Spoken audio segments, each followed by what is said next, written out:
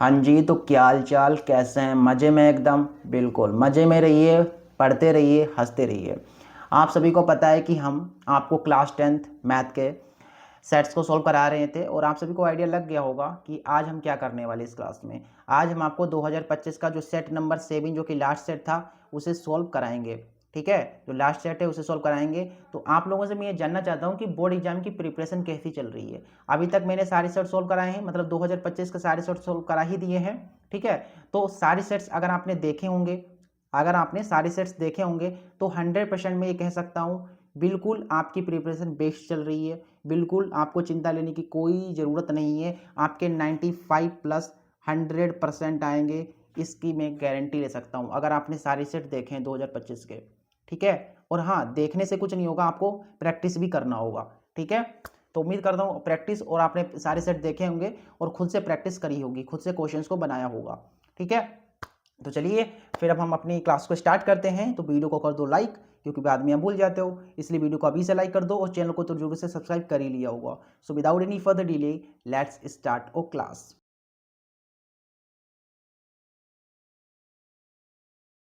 तो देखिए, ये हमारा सेट है, सेट 7 CB। आप सभी को पता है इसके मैंने सारे ऑब्जेक्टिव्स करा दिए थे और यहाँ तक हमने आपको जो है ये क्वेश्चन भी सॉल्व करा दिए थे, कुछ क्वेश्चन भी सॉल्व कराए थे। आज हम आपको यहाँ रा नंबर से जितने भी क्वेश्चन बचे हुए हैं, ये जो क्वेश्चन बचे हुए हैं आपको दिख रहे हैं, इन सभी को आज हम इस क्लास में वन शॉट में खत्म कर देंगे। ठीक है, तो देखिए हमारा क्वेश्चन क्या कह रहा है। क्वेश्चन कह रहा है कि एक खिलौना त्रिज्या 3.5 सेंटीमीटर वाले एक शंकु के आकार का है जो उसी त्रिज्या वाले एक अर्धगोले पर अध्यारोपित है। इस खिलौने का संपूर्ण ऊंचाई 15.5 सेंटीमीटर है। तो इस खिलौने का आयतन ज्ञात कीजिए। देखिए, ये बहुत ज़्यादा इंपॉर्टेंट क्वेश्चन है, मोस्ट रिपीटेड क्वेश्चन है ये क्वेश्चन। ठीक है, ये बोर्ड एग्जाम इस बार ये बोर्ड एग्जाम में आ सकता है। ये मोस्ट रिपीटेड क्वेश्चन है, पॉइंट टू बी नोटेड। ठीक है, ये क्वेश्चन बहुत ज़्यादा इंपॉर्टेंट है। चलिए देखिए, इस क्वेश्चन को कैसे सॉल्व करेंगे, बिल्कुल मक्खन मलाई की तरह आपको सॉल्व करा देंगे।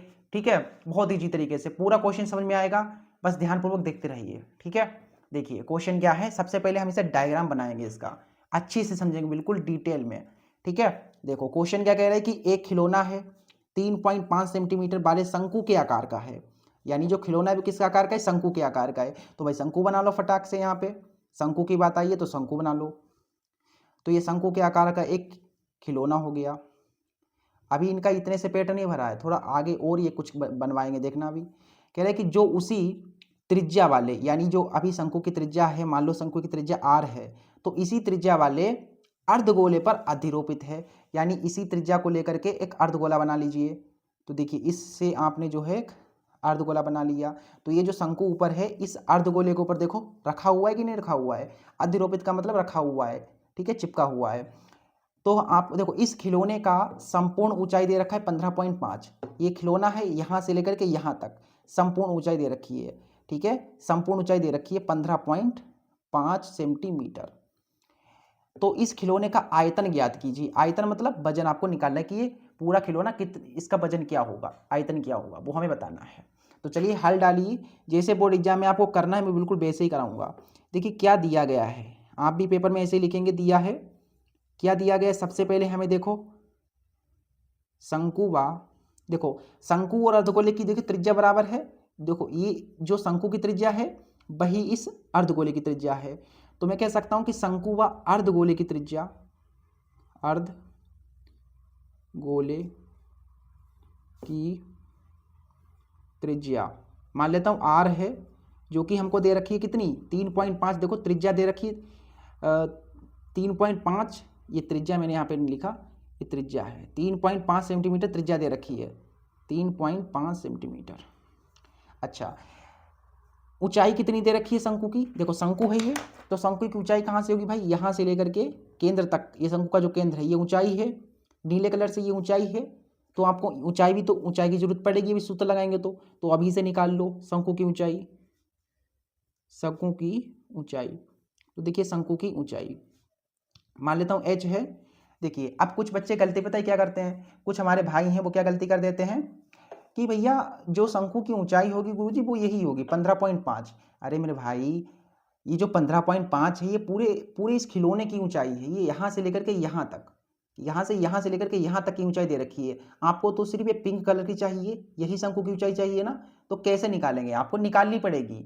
तो कैसे निकलेगी वो देखिए ध्यान से। देखिए ये वृत्त है, ये गोला है, तो गोले का ये केंद्र होगा, और केंद्र से लेकर के ये जो गोला की परिधि है, ये दूरी क्या होती है, त्रिज्या होती है। और त्रिज्या आपको पता है कितनी है, 3.5 है। मतलब यहाँ से लेकर के यहाँ तक की हमको जो है दूरी पता है कितनी है, 3.5 है। तो आप जो पिंक कलर वाली जो ऊंचाई है वो निकाल सकते हैं। देखिए ये टोटल कितनी है, 15.5 है। यहाँ से लेकर के यहाँ तक 15.5।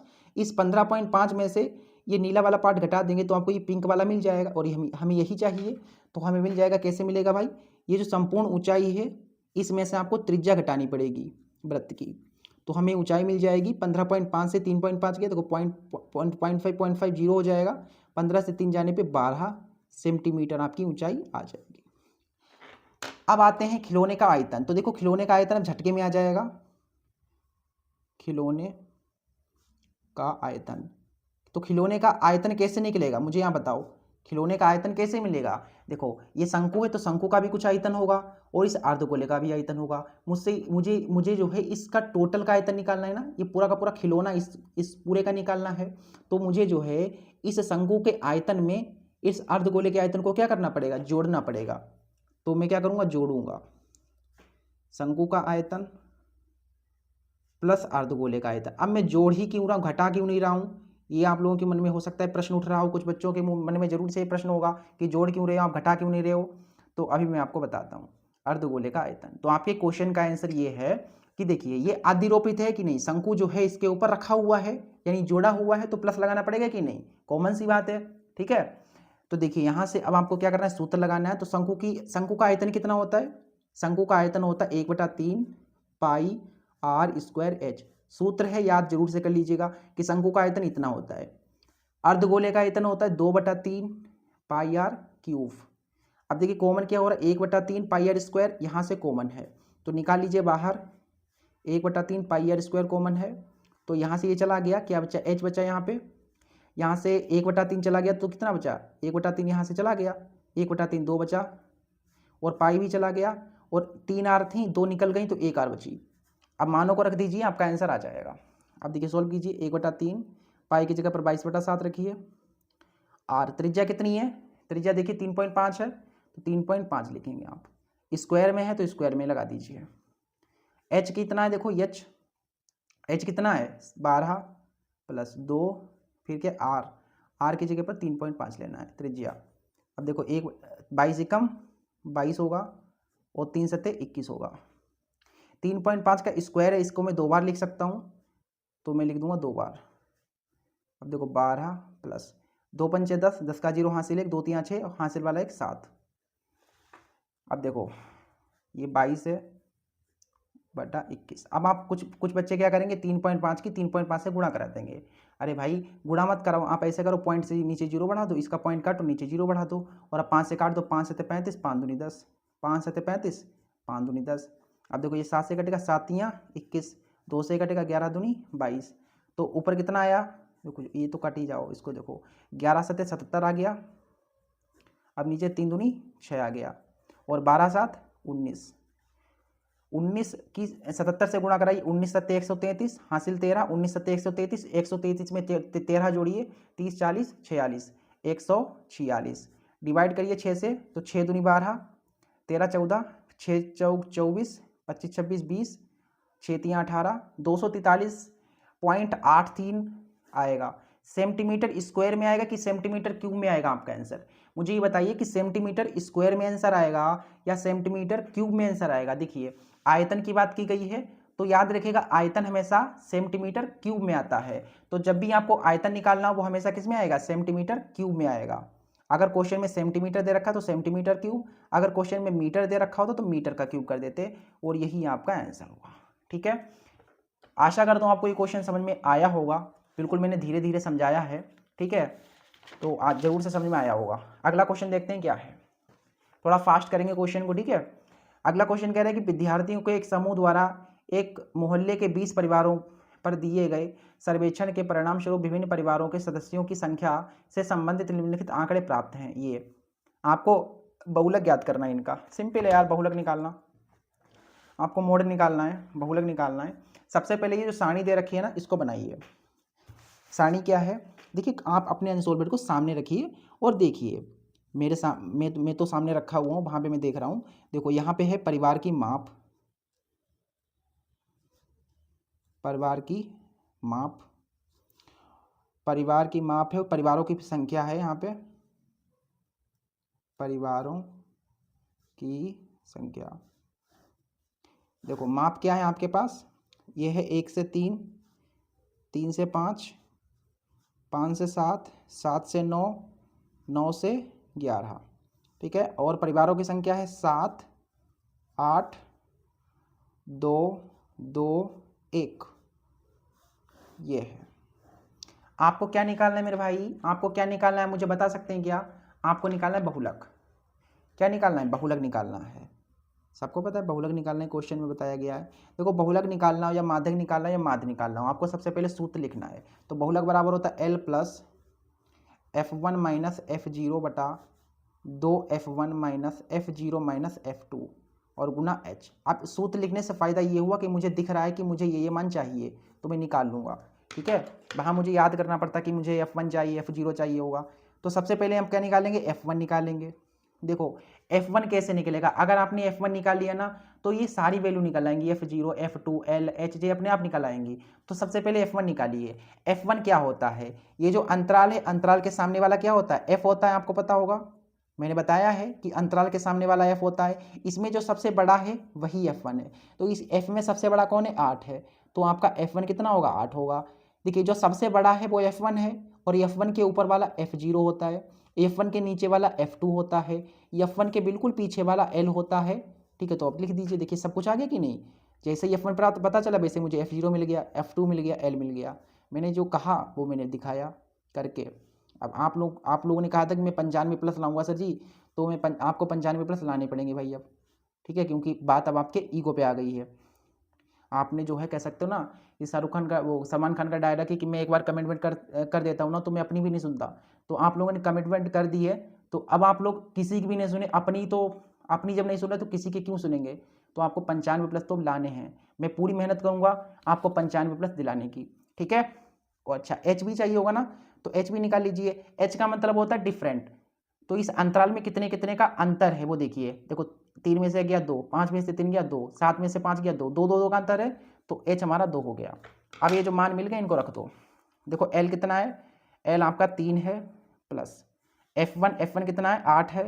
F0 कितना है? 7 है बटा 2, F1 आपका 8 है, F0 7 है, F2 आपका 2 है, गुना H आपका 2 है। तो देखो 3 प्लस 8 में से 7 गया 1 बचा, 2 अट्ठे 16, 16 से 7 गया 9 और 9 में से 2 गया 6, 7 और गुना 2 हैं। देखो 7 या 21, 21 में 2 जोड़ोगे 23, तो 23 बटा 7 भाग देने पे आपको क्या मिलेगा?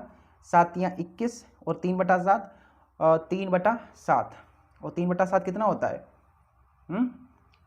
21 ना, 21 होता है कुछ ऐसे ही आएगा तुम्हारा बहुलक, 3.21 के करीब में आएगा, इतने आएगा ना, हाँ यही आएगा 3.28 करके, ये आपका आंसर होगा, ठीक है।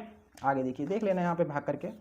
आगे देखिएगा क्वेश्चन नंबर दूसरा है, 4 नंबर का प्रश्न है। कह रहे हैं कि द्विघात बहुपद दे रखा है कि शून्य का आपको ज्ञात करने हैं, उसके बाद शून्यकों तथा गुणांकों के बीच जांच भी करनी है। शून्यकों और गुणांकों के बीच, अच्छी बात है। देखिए हमें एक शून्यक दे रखा है, यानी एक द्विघात बहुपद दे रखा है, क्वाड्रेटिक पॉलिनोमियल दे रखा है। देखिए क्या है? 3x² minus x minus 4। आपको शून्य निकालने, इसके शून्य निकालने हैं। कभी भी आपको शून्य निकालने हो ना द्विघात बहुपद से, तो द्विघात बहुपद को सबसे पहले आप 0 के बराबर लेंगे। तो क्या करेंगे आप? सबसे पहले क्या करेंगे? इसको जो है 0 के बराबर लेंगे। तो इसको 0 के बराबर मैं मान लूँगा, लेट करता हूँ, ये 0 के बराबर है। अब 0 के बराबर आ गया, बस काम आपका आसान हो गया। इसका फैक्टर कर दीजिए, यानी गुणनखंड कर दो, आंसर आ जाएगा। जो गुणनखंड करने के बाद x के मान मिलेंगे ना वही आपके शून्य होंगे। तो देखो गुणनखंड कैसे करते हैं? x² का जो गुणांक है उसकी गुणा कराओ यहाँ पे लास्ट में, तो 3 चौको 12। अब आपको ऐसी संख्या सोचनी जिनकी गुणा कराएं तो 12 है, जिन्हें घटाएं तो क्या आ जाए? माइनस का 1 आ जाए।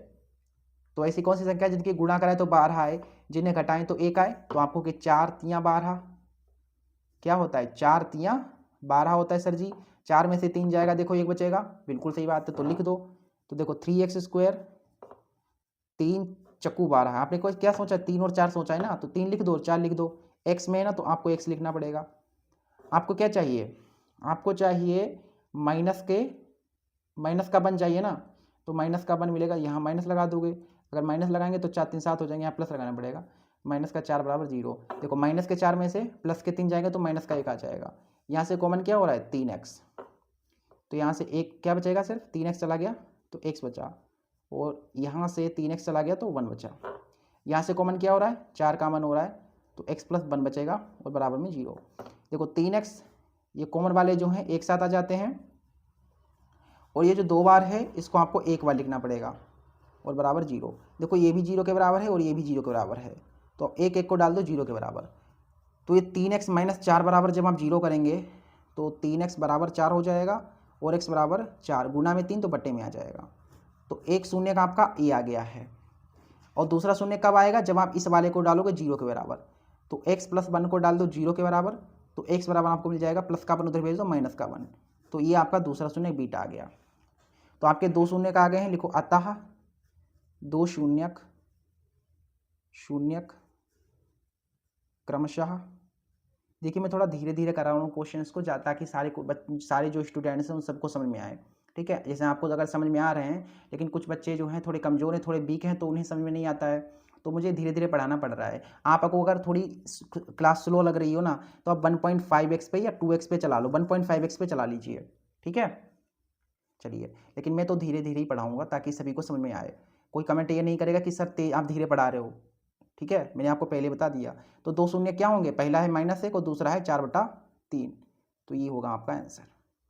ठीक है, चलिए बहुत बढ़िया। अच्छा, उसके बाद मुझे जांच भी करनी थी, शून्य निकालने की बात हुई थी, उसके बाद जांच भी करनी है आपको। तो जांच कैसे करेंगे, शून्य निकालने के बाद जांच करनी है। तो देखो जांच करने के लिए आप जो है शून्यकों का योगफल और शून्यकों का गुणनफल चेक कर लीजिए, आपकी जांच हो जाएगी। तो पहले हम चेक करेंगे शून्यकों का योगफल। तो शून्यकों का योगफल क्या होता है, शून्यकों का योगफल बराबर होता है -b/a। अच्छा, ए बी सी ये कहाँ से मिलेंगे भाई, देखो ये जो आपको द्विघात बहुपद दे रखा था ना, तो एक्स स्क्वायर के साथ वाला a होता है, ये वाला v होगा और ये c होगा, a b c ऐसे। ठीक है, तो मैंने लिखा शून्यकों का योगफल बराबर क्या होता है, -b/, ये सूत्र होता है जांच करने के लिए। तो देखो शून्यकों का योगफल, तो आपके शून्य क्या हैं, आपके शून्य यही तो हैं। देखो शून्य का आपके क्या है, -1 आया और 4/3 आया, -1 आया और 4/3 आया, इनका क्या करना है, योगफल करना है। तो का लिखा यहाँ पे का योगफल, यानी कि जोड़ दोगे, और बराबर माइनस है तो -b। तो देखो मैंने बताया ए बी कहाँ से मिलेंगे, यहाँ से। तो देखो b कितना है, देखो माइनस का 1 है, तो यहाँ -1 लिखो बटा ए कितना है, 3 है। अब देखिए सॉल्व कीजिए, 3 एकम 3 और ये प्लस के 4 हैं और बटा में 3, माइनस माइनस प्लस 1/3, 4 में से 3 गया 1 बचा। तो देखिए 1/3 बराबर 1/3 आ गया, बिल्कुल, तो ये बराबर आ गया। अच्छी बात है, तो हमारी जांच हो चुकी है। आप अगर गुणनफल चेक करना चाहते हैं तो गुणनफल कर सकते हैं चेक, बाकी अगर नहीं चेक करेंगे तब भी कोई दिक्कत नहीं है, आपको पूरे नंबर दिए जाएंगे। चलिए गुणनफल भी चेक कर लेते हैं, शून्यकों का गुणनफल। भाई से आप अगर योगफल करके छोड़ देंगे ना, तब भी आपको 4 नंबर मिलेंगे, पूरे नंबर मिलेंगे। शून्यकों का गुणनफल बराबर होता है c/a, सूत्र याद कर लीजिए, शून्यकों का गुणनफल बराबर c/a। तो शून्यकों का गुणनफल यानी ये जो शून्य आपके थे, इनका आपको क्या करना है, पहले योग किया था, अब की बार गुणा करानी है। फिर क्या c, तो देखो c कितना है यहाँ पे, देखो -4 है ना c, तो -4 लिख दो। और a कितना था, देखो 3 ही था, पहले भी मैंने दिखाया था। तो देखो ये आ जाएगा -1 की गुणा कराएंगे तो यही रहेगा ना, और ये -4/3 बराबर आ गया ना। तो बिल्कुल आपकी जांच हो गई है। इस तरीके से आपको इस क्वेश्चन को करना था। चलिए नेक्स्ट क्वेश्चन करते हैं। अगला क्वेश्चन कह रहा है कि ऐसी 2 संख्या ज्ञात कीजिए जिनका योग 27 और गुणनफल 182 हो। बहुत प्यारा क्वेश्चन है, ये क्वेश्चन इंपोर्टेंट है, लगाइए। ठीक है, मॉडल पेपर जो आपका अनसॉल्वड है उसमें लगाइए, ये क्वेश्चन मोस्ट इंपोर्टेंट है। क्या है, मोस्ट इंपोर्टेंट।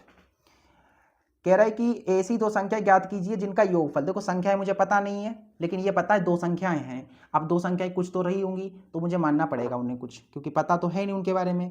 तो मान लेते हैं कि माना एक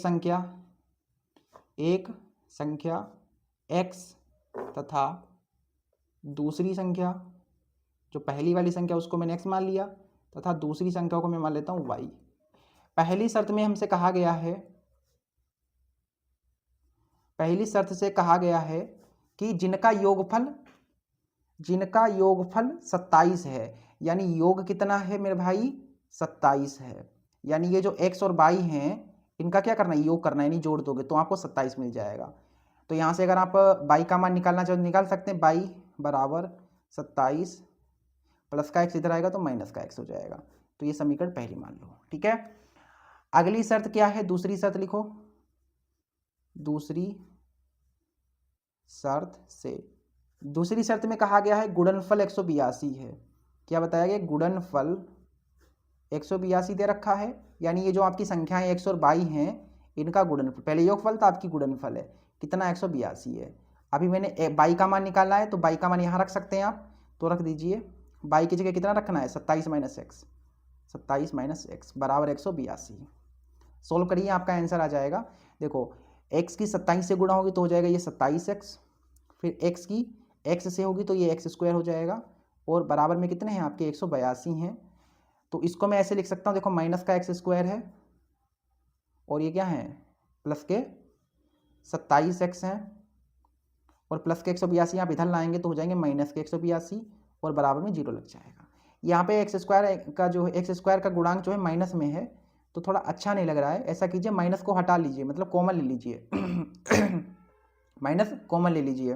तो माइनस कॉमन लेने से यहाँ से चिन्ह बदल जाएंगे, यानी ये जो माइनस का एक्स स्क्वायर ये प्लस का एक्स स्क्वायर हो जाएगा, ये प्लस वाला माइनस हो जाएगा, चिन्ह बदल जाएंगे मतलब, ठीक है। माइनस ये 182 प्लस 182 बराबर 0।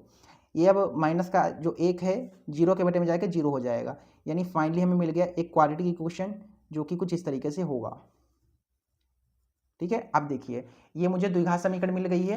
अब आप जो है इस द्विघात समीकरण को सॉल्व कर दीजिए, गुणनखंड विधि से, धराचार विधि से, जिस भी विधि से चाहें सॉल्व कर सकते हैं।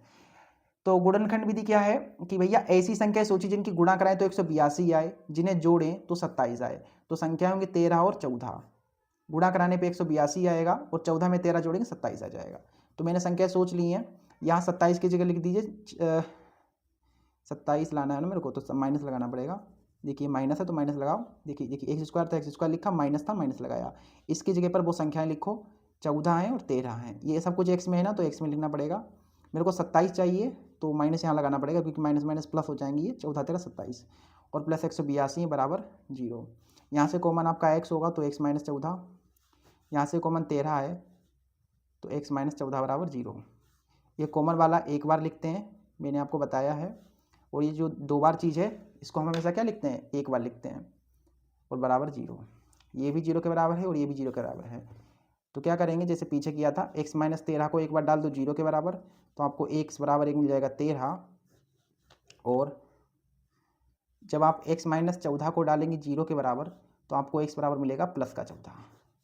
तो आपकी पहली संख्या या तो 13 होगी या तो 14 होगी। अगर x का मान, अगर पहली संख्या 13 है, अगर पहली संख्या 13 है तो दूसरी संख्या क्या होगी भाई, अगर x का मान 13 आप लेंगे तो y का मान क्या निकलेगा, y का मान देखो यहाँ पे रखोगे तो देखो जब x बराबर 13 हो, लिख देता हूँ, देखो दिख रहा है कि नहीं दिख रहा है, जब x का मान 13 हो तो समीकरण फर्स्ट क्या थी, देखो y स्क्वायर बराबर क्या था 27 माइनस एक्स था, क्या था y स्क्वायर बराबर 27 माइनस एक्स। तो y बराबर देखो एक बार आपको x बराबर क्या लेना है, माइनस 13 लेना है, सॉरी जो 13 है वो लेना है, फिर आपको 14 लेना है। तो जब आप x बराबर 13 लेते हैं तो y का मान आ जाएगा यहाँ से y बराबर 27, देखो x का मान मैंने रख दिया 13, 27 में से 13 गए 14 बचे। तो जब आप x का मान 13 लेंगे तो y का मान आपको कितना मिलेगा, 14 मिलेगा। इसी तरीके से लिखेंगे, जब आप एक बार आपने 13 लिया ना तो आपको अब 14 लेना पड़ेगा, या आप यहीं पे छोड़ देंगे, आपका आंसर आ जाएगा कि पहली संख्या 13 है और दूसरी संख्या 14 है। कब होगी, जब आप x का मान 13 लेंगे तब दूसरी संख्या 14 होगी। लेकिन अगर आप x का मान 14 लेंगे, मतलब पहली संख्या को 14 मानेंगे, तो आपको दूसरी संख्या क्या मिलेगी, यहाँ 14 रखने पर 27 से 14 जाएगा 13 मिलेगी। तो इतना ही आप छोड़ दीजिए, कोई दिक्कत ना है, आपको पूरे नंबर दिए जाएंगे, ठीक है। तो हो गया, तो लिख देना अतः पहली संख्या 13 है तथा दूसरी संख्या 14 है। तो हो गया। अगला क्वेश्चन देखते हैं, कह रहे हैं कि सिद्ध कीजिए कि वृत्त के किसी बिंदु पर स्पर्श रेखा स्पर्श बिंदु से जाने वाली त्रिज्या पर लंब होती है। ये क्वेश्चन इंपॉर्टेंट है। आपकी प्रमेय आपकी जो 6.1 है ना, वही आपसे सिद्ध करवाने के लिए कह रहे हैं।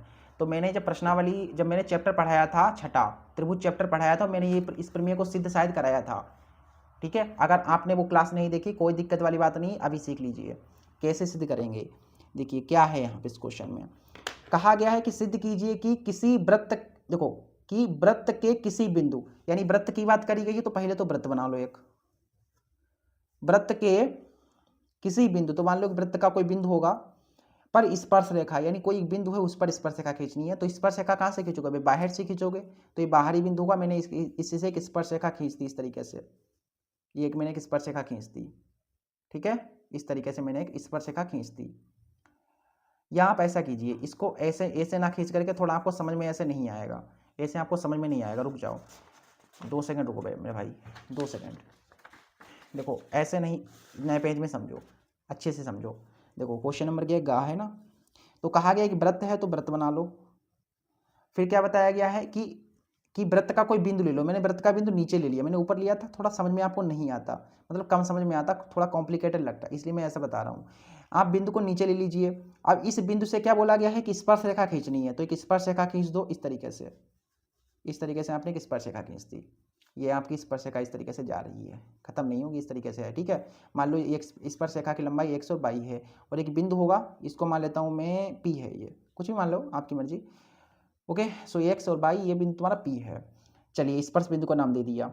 फिर स्पर्श बिंदु से जाने वाली, क्या बोला गया है, स्पर्श रेखा ये जो है स्पर्श बिंदु से जाने वाली त्रिज्या पर लंब होती है।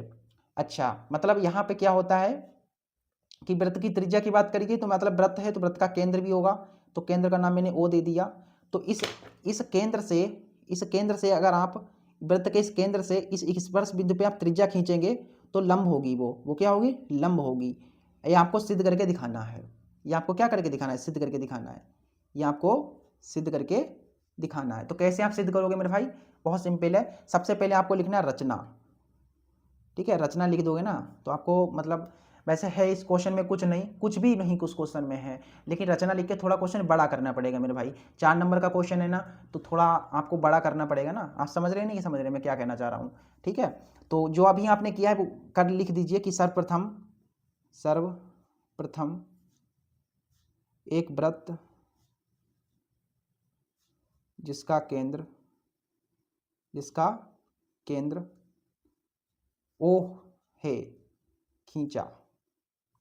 यही काम आपने सबसे पहले किया। फिर आपने क्या किया, इस जो आपने किया है वही लिख दीजिए रचना में, और कुछ नहीं।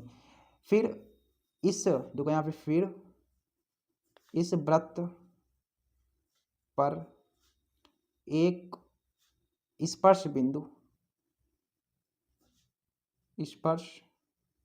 बिंदु P लिया जिससे x बाई स्पर्श रेखा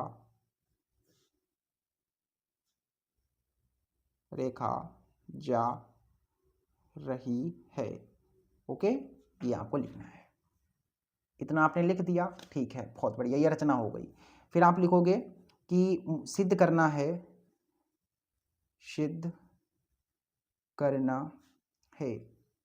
ये जो वृत्त की त्रिज्या है, वृत्त की त्रिज्या क्या है, OP है। ये क्या होगी, लंब होगी। किस पे लंब होगी, इस स्पर्श रेखा पे या स्पर्श बिंदु पे, हाँ स्पर्श बिंदु पे। किस पे बोला गया, रुक जाओ मैं देख लेता हूँ। स्पर्श बिंदु से जाने वाली स्पर्श रेखा जो है स्पर्श बिंदु से जाने वाली त्रिज्या पर लंब होती है। अच्छा, ये जो त्रिज्या है ये लंब होगी किस पे, OP जो होगा वो इस XY के ऊपर लंब होगा, यानी इस स्पर्श रेखा पे लंब होगा। यानी ये जो वृत्त की त्रिज्या है मेरे भाई, ये स्पर्श रेखा पे लंब होगी। ये जो स्पर्श रेखा इसके ऊपर, वो तो आपको दिख रही है लंब है, लेकिन आपको सिद्ध करना है, तो ये लिखो XY, ये मुझे सिद्ध करना है। ठीक है, ये मुझे सिद्ध करना है। तो देखो कैसे सिद्ध कर पाएंगे आप। इससे पहले मैं आपको एक थ्योरी समझाना चाहता हूँ, थ्योरी में बोल रहा हूँ, थ्योरम आपको समझाना चाहता हूँ। जो थ्योरम क्या है, पीछे पेज रह गया था ना, मैं उसी में समझा देता हूँ। शायद ये वाला पेज इसीलिए बचा था समझाने के लिए। देखो एक आपकी प्रमेय है, आपने जो है क्लास 9th में पढ़ी होगी, 9th में आपने एक प्रमेय पढ़ी होगी। वो प्रमेय क्या है कि मान लीजिए कोई रेखा है, मान लो ये रेखा है आपकी ए बी रेखा है, इस रेखा के बाहर आपने कोई भी एक बिंदु ले लिया, तो मैंने मान लो एक यहाँ पे बिंदु ले लिया, इस वाले बिंदु से आपने क्या किया, इस रेखा के ऊपर कई रेखाएं खींच दी। एक रेखा आपने ऐसे खींच दी इस बिंदु से, फिर आपने ऐसे खींच दी, फिर ऐसे खींच दी, फिर आपने ऐसे खींच दी, इस तरीके से आपने खींच दी हैं, या आपने कुछ इस तरीके से क्या खींच दी हैं, लाइनें खींच दी हैं। इस वाले बाहरी बिंदु से, इस वाले बाहरी बिंदु से आपने ये कई सारी रेखाएं खींची हैं। तो प्रमेय कहती है कि ये जो रेखा है, इस रेखा का ये जो बाहरी बिंदु है, इस बाहरी बिंदु की जो न्यूनतम दूरी होगी वही जो रेखा होगी वो लंब होगी। मतलब इस वाली रेखा देखो, ये वाली रेखा क्या है, बड़ी है इस वाली से, ये वाली भी बड़ी है, ये वाली भी बड़ी है, तो इसमें सबसे छोटी कौन सी है, जो सबसे छोटी होगी ना, जो न्यूनतम दूरी वाली रेखा होगी वही लंब कहलाएगी। तो सबसे छोटी आप कहोगे गुरुजी सबसे छोटी मेरे भाई ये है, सबसे छोटी ये वाली है, ये वाली सबसे छोटी है। तो जो सबसे छोटी होगी ना रेखा, जो सबसे मतलब जो बिंदु से सबसे कम दूरी पे होगी, ठीक है, वो क्या होगी, लंब होगी। ये जो है आपकी प्रमेय कहती है, ये आपकी प्रमेय कहती है कि जो बाहरी बिंदु से एक इस रेखा से जो कम दूरी पे बिंदु होगा, जो कम दूरी होगी वही आपकी लंब होगी। ये जो है आपकी प्रमेय कहती है। समझ में आ रहा है? अगर आपको समझ में आया तो पीछे वीडियो को रिवर्स करके देख लीजिए, ठीक है, बैक करके देख लीजिए। चलिए, तो इसी का हम यूज़ करेंगे। तो अगर हम इससे जो है ये एक रेखा में मिला दूँ, ऐसे करके इस तरीके से मिला दूँ, और यहाँ पे एक बिंदु मिल रहा है, इसको मैंने नाम दे दिया, मान के चलो ये OP, इसको नाम मैंने Z दे दिया। तो आप देखेंगे कि ये OZ है, ये भी वृत्त की त्रिज्या बन गई, और ये वाली भी वृत्त की त्रिज्या बन गई। तो ये तो बराबर हैं, यानी OZ किसके बराबर है, OP के। तो लिखोगे आप, चूंकि OZ बराबर है, क्या लिखोगे आप, ये जो OZ है वो बराबर है OP के। क्यों बराबर है, क्योंकि एक ही वृत्त की त्रिज्याएं हैं। तो लिख दो एक ही वृत्त की त्रिज्याएं, आप लिख देना। फिर ये बराबर है, ठीक है। मुझे क्या दिखाना है, मुझे दिखाना क्या है, अगर मैं इस वाले इस एक कोई बाहरी मतलब एक रेखा है, इस रेखा का बाहरी बिंदु ये तुम्हारा है, अगर मुझे दिखाना है ये वाली जो रेखा है ना, ये वाली रेखा इस वाली रेखा से छोटी है, आपको तो दिख रहा होगा ये छोटी है ना, देखो ये वाली ये जो रेखा है ना, इस वाली रेखा से इस वाली रेखा से छोटी है कि नहीं छोटी है, बिल्कुल छोटी है, लेकिन आपको दिखाना है ये चीज़। तो मैंने ये दिखा दिया कि भैया OZ बराबर है OP के, क्योंकि एक त्रिज्या है एक ही वृत्त की। और क्या है भाई, और क्या आप ले सकते हो कि आप देखेंगे कि ये जो आपका OZ, देखो ये जो आपका OZ है, ये जो आपका OZ है, ये वाली जो यहाँ से यहाँ तक दूरी है, ये छोटी है किससे, OY से। देखो OZ ये तो यहाँ से इतना इस पूरे से क्या छोटा है, यानी OZ जो है इस OY से छोटा है। छोटा है किससे, OY से, OY से छोटा है, OY से छोटा है। और आपको पता है मुझे किसको छोटा दिखाना है, मुझे OP को छोटा दिखाना है।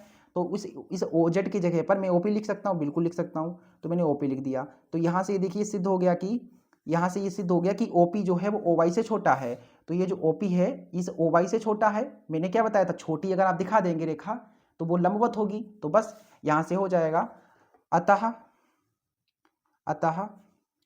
OP जो होगा वो क्या होगा, लंब होगा किसके, x बाई पे लंब होगा। ये होगी आपका सिद्ध हुआ। ठीक, इस तरीके से। चलिए, अगर ये क्वेश्चन आपको समझ में थोड़ा सा नहीं आया है ना, तो आप वीडियो को प्लीज़ रिपीट जरूर से कर लीजिए, पीछे एक बार करके देख लीजिए, आपको 100% समझ में आ जाएगा। ये वाला क्वेश्चन दोबारा है अगला। सिद्ध कीजिए कि यदि दो त्रिभुज के संगत कोण बराबर हैं तो उनकी संगत भुजाएं एक ही अनुपात में समानुपाती होती हैं, एक ही अनुपात यानी समानुपाती होती हैं, इसलिए त्रिभुज समरूप होते हैं। समरूप दिखाने, देखो ये वाला क्वेश्चन आपको जो है आप टेलीग्राम ग्रुप को ज्वाइन कर लीजिए, ठीक है, टेलीग्राम ग्रुप को ज्वाइन कर लीजिए। इस वाले क्वेश्चन का सोल्यूशन आपको वहीं मिल जाएगा, बिल्कुल एक वीडियो बनी पड़ी है इस वाले पे, वो आपको मैं दे दूंगा। आप टेलीग्राम ग्रुप पे जाएंगे, आप मैसेज कर देना, इस क्वेश्चन को आप भेज देना, आपको ये वीडियो सहित में सॉल्व करा दूंगा, ठीक है। तो ये क्वेश्चन आपको इस वीडियो में नहीं कराऊंगा, मैं चाहूँ तो करा सकता हूँ, लेकिन अभी करा दूंगा तो आप टेलीग्राम ग्रुप पर जाएंगे नहीं भाई, थोड़ा बहुत मुझे भी देखना होता है ना, बिजनेस करना है, इट्स माई बिजनेस। मजा कर रहा हूँ भाई, आप टेलीग्राम ग्रुप को ज्वाइन कर लेंगे ना, आपका ही फायदा होगा, ठीक है। चलिए अगला क्वेश्चन देखते हैं। कह रहा है कि नीचे दी हुई बंटन सारणी एक कक्षा के विद्यार्थियों के भार दर्शा रही है, विद्यार्थियों की माध्यिका ज्ञात करनी है, माध्यिका निकालनी है इसमें। माध्यिका बोले तो माध्यक निकालना है। क्या निकालना है? माध्यक निकालना है मुझे, तो निकाल लेंगे, इसमें कौन सी बड़ी बात है भाई। चलिए देखते हैं। देखो फटाफट स्पीड में थोड़ा करेंगे भाई, थोड़ा लगता है मुझे धीमा हो रहा है क्लास, मैं थोड़ा धीरे धीरे ज़्यादा ही पढ़ा रहा हूँ आज, तभी बहुत लंबी वीडियो हो गई और कुछ क्वेश्चन में नहीं कर पाए भी, है कि नहीं। देखो टाइम इतना हो गया है और क्वेश्चन बहुत कम हो पाए हैं। लेकिन एक किसी व्यक्ति ने कहा है कि भले ही टाइम ज़्यादा लग जाए लेकिन समझ में आए, यानी कि कम खाओ लेकिन अच्छा खाओ, किसी व्यक्ति ने कहा है, मैं नहीं कह रहा हूँ। तो मतलब आप भले ही आप 4-5 क्वेश्चन की जगह 4 क्वेश्चन पढ़ें, लेकिन ऐसे पढ़ें कि आप किसी और को पढ़ा सकें। क्या बात है। चलिए देखिए यहाँ पे क्या है, भार दे रखा है सबसे पहले 40 से 45 और 45 से 60, 45 से 60 नहीं, 45 से 50 है, अभी गलत हो जाता है यार। 50 से 55 मतलब 5-5 का डिफरेंस है। 55 से 65, 55 से 60 होगा ना, 60 से 65, फिर 65 से है तुम्हारा 70, फिर 70 से है 75। ठीक है, ओके, इस तरीके से। अच्छा विद्यार्थियों की संख्या भी तो दे रखी है ना, 2, 3, 8, 6, 6, 3 और 2। चलिए ये आपके पास है। हमें क्या निकालना है? हमें निकालना है माध्यक। माध्यक या बोलो या माध्यिका बोलो, बात एक ही है। ठीक है, तो माध्यक निकालने का सूत्र क्या होता है? मैंने कहा ना आपको सूत्र पहले लिखना है, तो सूत्र लिखिए। माध्यक बराबर L plus n/2 minus CF बटा F गुना H। माध्यक, बहुलक और माध्य तीनों का सूत्र आप लोगों को बिल्कुल आपके लिप्स पे होना चाहिए, याद होना चाहिए, क्योंकि बोर्ड एग्जाम में 10 से 15 नंबर के क्वेश्चन माध्यक से आएंगे। ठीक है, अब आप खुद देख सकते हैं, देखिए माध्यक से कितने नंबर में क्वेश्चन आए हैं। 4 नंबर में ये क्वेश्चन आया, 2 नंबर में ये आया, 4 2 8, 4 2 6 हो गए, 6 और 1 7 हो गया और पीछे आए हैं, मतलब 10 नंबर के क्वेश्चन तो माध्यक से पक्के हैं। ठीक है, हर सेट में आपको 10 नंबर के क्वेश्चन देखने को मिलेंगे। चलिए, तो सबसे पहले आपको यहाँ पर क्या बनानी पड़ेगी? CF बनानी पड़ेगी। सबको पता है CF बनानी पड़ेगी। CF बोले तो संचय बारंबारता। CF कैसे बनाते सबको पता है, लेकिन मैं फिर से बता देता हूँ। CF बनाने के लिए ये जो आपका F है, ये जो आपका F है, इस F का जो पहला वाला नंबर है ना, उसको एज इट इज लिख दीजिए, मतलब पहले 2 है ना तो 2 ही लिख दीजिए। फिर आप क्रॉस में जोड़िए, मतलब 2 के साथ ये 3 जोड़ दो, कितना हो जाएगा? 5, 5 में 8 जोड़ोगे 13, 13 में 6 जोड़ोगे 19, 19 6 25, 25 3 28, 28 2 30। अब देखिए आपको वैल्यू निकालनी है, आपको ये सब कुछ चाहिए ना, मिल जाएगा। सबसे पहले आप F निकालिए, F निकालते ही सारी वैल्यू मिल जाएंगी, जैसे उसमें F1 निकालना होता है बहुलक में, वैसे इसमें F। तो F निकालो, इस F में जो सबसे बड़ा होगा वही F होगा, तो इसमें सबसे बड़ा कौन है भाई? 8 है, तो ही आपका F है। F के सामने वाले के ऊपर वाला CF होता है, आप सभी को पता है, तो CF आपका कितना है? 5 है। F के पीछे वाला क्या होता है? हमेशा L। तो बस मिल गया सारी वैल्यू, तो लिख दो यहाँ पे। H अंतर भी पता करना है, तो अंतर 5-5 का है, वो आपको पता है, वो लिख देंगे। ठीक है, देखिए आगे देखिए, देखिए क्या है कि बहुलक माध्यक बराबर L। L कितना है? देखो L आपका 50 है, तो 50 लिखिए प्लस N। देखो N क्या होता है?